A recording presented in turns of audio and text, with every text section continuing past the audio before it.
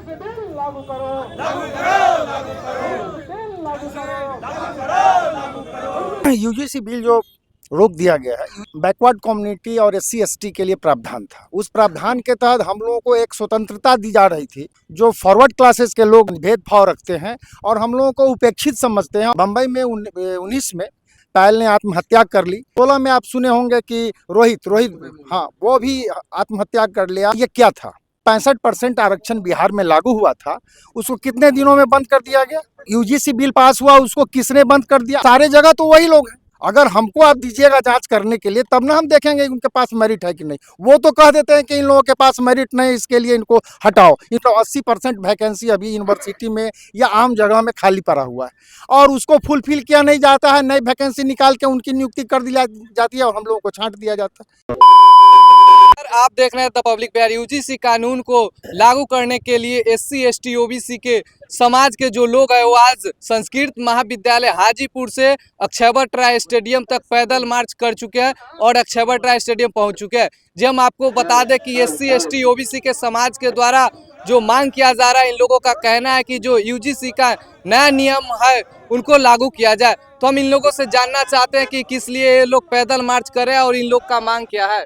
UGC bill जो रोक दिया गया है, यूजीसी बिल में बैकवर्ड कम्युनिटी और SC ST के लिए प्रावधान था। उस प्रावधान के तहत हम लोगों को एक स्वतंत्रता दी जा रही थी कि हम जो फॉरवर्ड क्लासेस के लोग जो हम लोगों का डिस्क्रिमिनेशन भेदभाव रखते हैं और हम लोगों को उपेक्षित समझते हैं और वो सोशल मीडिया पर या सोशल जगहों पर अपमानित करने का काम करते हैं, वो यूजीसी बिल के अंतर्गत ये दिया गया था कि यूनिवर्सिटी के अंदर जो पढ़ाई लिखाई होती है, इसके तहत सुने होंगे कि बम्बई में 19 में पायल ने आत्महत्या कर ली और उसके बाद में आप 16 में आप सुने होंगे कि रोहित हाँ, वो भी आत्महत्या कर लिया। और एक अनिल मीना जो आदिवासी समाज से आते थे, वो दिल्ली एम्स में उन आत्महत्या की। ये क्या था? मानते हैं कि उसको फॉरवर्ड ने टॉर्चर किया, उसके बाद वो अपना आत्महत्या किया? तो आप पूरा हिस्ट्री उसका देखिए कि कहाँ उसके साथ क्या किया गया, और तब ये तो सारी बात 1 मिनट में हम कह नहीं सकते हैं, लेकिन आप उसको रीड कर सकते हैं कि कैसे किया गया। फॉरवर्ड कम्युनिटी के लोग ये कानून को लागू नहीं करने के लिए वो लोग प्रदर्शन कर रहे हैं। उनका कहना है कि SC ST OBC के साथ हमारे जो समाज के लोग हैं कभी भेदभाव नहीं किया।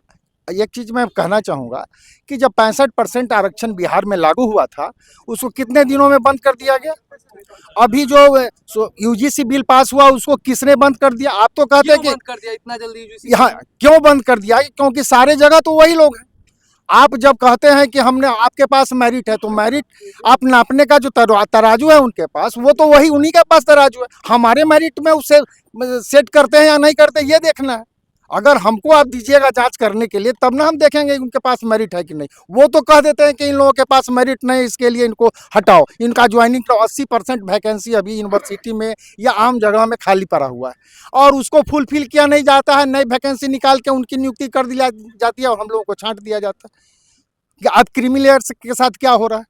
तो ये सारा जो भेदभाव पैदा किया जाता है जाति को प्रजाति में बांटकर, तो क्या हो गया? इससे क्या हो गया? इससे लोगों में, समाज में टूट गई, विषमता हो गया, समाज भिन्न भिन्न टुकड़ों में बट गया, एक हो नहीं रहा है। कानून से दिक्कत है या स्वर्ण समाज से दिक्कत? नहीं, स्वर्ण समाज से क्यों दिक्कत रहेगा? उस व्यवस्था से दिक्कत है जिससे हम लड़ाई लड़के चाहते हैं पनाह।